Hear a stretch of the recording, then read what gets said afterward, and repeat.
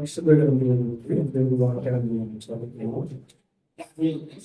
22వ కీర్తన. ఇది మెస్సయ కీర్తన అని చెప్పబడుతుంది. 22వ కీర్తనలో మొదటి చరణములో, నా దేవా నా దేవా నీవు నన్నెలా విడనాడితివి, నన్ను రక్షింపక నా ఆర్తధ్వని వినక నీవెలా దూరంగా ఉన్నావు. ప్రభు అయిన యేసుక్రీస్తు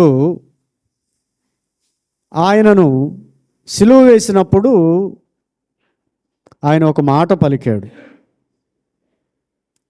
లామా లామా సబక్త, నా దేవా నన్నెందుకు విడిచితివి.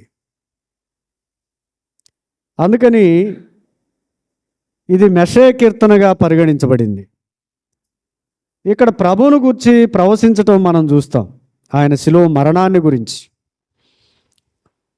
చూడండి 14వ వచనం, నేను నీళ్లవలె పారబోయబడి ఉన్నాను, నా ఎముకలన్నీ స్థానము తప్పినవి, నా హృదయమున అంతరంగం మైనము వలె కరిగి ఉన్నది. ప్రభు అయినటువంటి యేసుక్రీస్తు యొక్క జీవితంలో, ఆయన శిలువ మరణంలో, ఆయన మానవులను రక్షించటానికి ఈ లోకానికి వచ్చినప్పుడు ఆయన జీవితంలో జరిగినవి ఈ దావీదు ఈ కీర్తనలో జ్ఞాపకం చేశాడు. నేను నీళ్లవలె పారబోయబడి ఉన్నాను, ఎన్నిక లేకుండా. నా నాలుక దవడకు అంటుకున్నది అన్నాడు, నా బలము చిల్ల పెంకువలే అయింది. ఆయన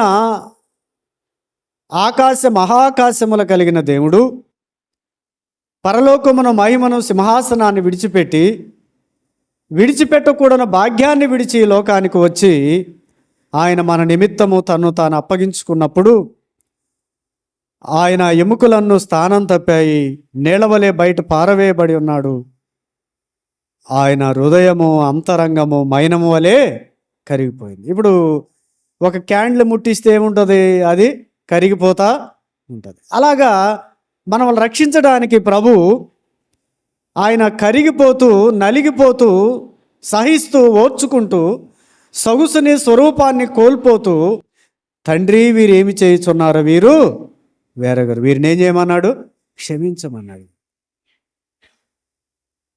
కాబట్టి ప్రభు యోహాను రాసిన మొదటి పత్రికలో కూడా చెప్పాడు, మనము ఆయనను ప్రేమించలేదు కానీ ఆయనే మనములను ప్రేమించి మన కొరకు ప్రాణం పెట్టాడు. కాబట్టి ఆయన ప్రేమ ఎట్టిదో మనకు అర్థమవుతుంది. అసలు భూలోకం చూసినప్పుడు ఎలాగుంది, అది చెడిపోయి ఉంది అని ఆదికాండ గ్రంథం 6వ అధ్యాయం 11వ వచనంలో రాయబడింది. అలాగైతే ఆయన చూసినప్పుడు పాడైన యోహాను సువార్త 3వ అధ్యాయంలో ఏముంది, దేవుడు లోకముని ఎంతో ప్రేమించాడు, ప్రేమించి ఏం చేశాడు, తన అద్వితీయ కుమారుని లోకానికి పంపించాడు.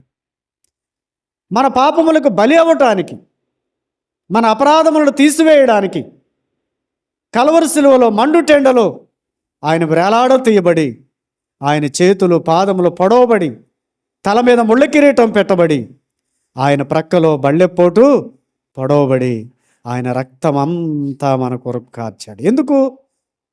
ఎఫెసీ పత్రికలో చెప్పాడు, దూరస్తులైన మనల్ని క్రీస్తు వలన, క్రీస్తు రక్తం వలన ఏం చేయటానికి, సమీపస్తులుగా చేయడానికి. కాబట్టి ఆయన 15వ వచనంలో, నా బలము ఎండిపోయిను, చిల్లపెంకు వలె ఆయను, నా నాలుక నా దవడ అంటుకొని ఉన్నది, నీవు నన్ను ప్రేతుల భూమిలో పడవేసి ఉన్నావు, కుక్కలు నన్ను చుట్టుకొని ఉన్నవి, దుర్మార్గులు గుంప కూడి నన్ను ఆవరించారు, వారు నా చేతులు నా పాదములు పొడిచి ఉన్నారు. ఏం చేశారంట? చేతులు పాదములు. పిల్లారా గమనించండి, ఆయనను బంధించారు, ఆయనను శిక్షించారు, ఆయన్ని హేళన చేశారు, అవమానపరిచారు, ముఖం మీద ఉమ్ము వేశారు, ముసుకేసి కొట్టి నిన్నెవరు కొట్టారో చెప్పమన్నారు. నిన్ను నీవే రక్షించుకోలేవు, మమ్మల్ని ఎలాగూ రక్షిస్తావు. ఈ మాటలన్నీ సహించాడు, ఓర్చాడు. ఎందుకు? మనం ఓర్చుకోలేం, మనం సహించలేం. అయితే వీటన్నిటినీ మనకు బదులు మన స్థానములో ఆయన పొడవబడ్డాడు. చేతులు పాదములు పొడవబడ్డాయి. ఆయన శివర రక్తబొట్టు వరకు మన కొరకు కార్చాడు. ఇంకా మనం చదువుకుంటూ పోతే 17వ వచనంలో, నా ఎముకలన్నీ నేను లెక్కింపగలను, వారు నిదానించు నన్ను తేరి చూచున్నారు, నా వస్త్రములు వారు పంచుకున్నారు, నా అంగీ కొరకు సీట్లు వేసి ఉన్నారు. ఏం చేశారంట? అంగీ కొరకు కూడా ఏం చేశారు? సీట్లు. అంటే భూలోకంలో ఇలాంటి మరణం ఎవరికి సంభవించలేదండి. వారి ఇష్టం వచ్చినట్లు చేయటానికి పిలాతు వాళ్ళకి అప్పగించాడు. మీరే మీ ఇష్టం వచ్చినట్లు చేసుకోండి. అంత కఠినంగా, కిరాతకంగా ప్రభువుని శిక్షించారు.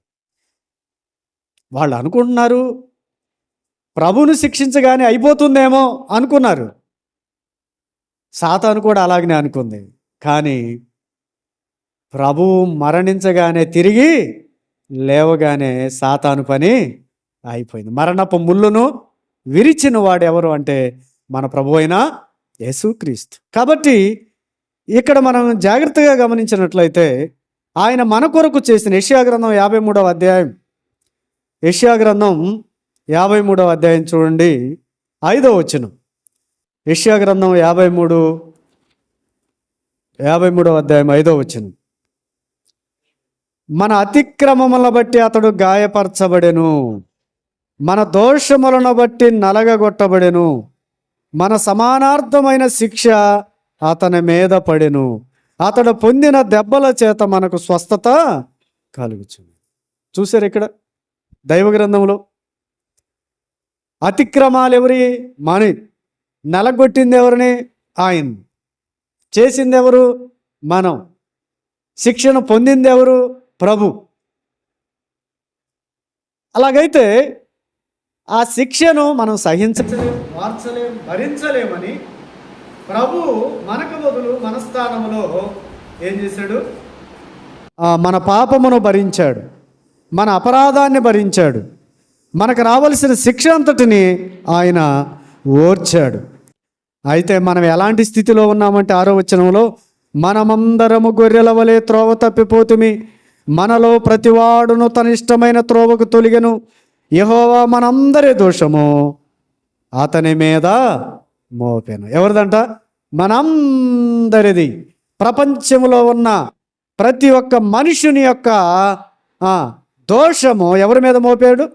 ప్రభు అయినా మనందరి దోషం అతని మీద మోపబడెను అని చూస్తున్నాం.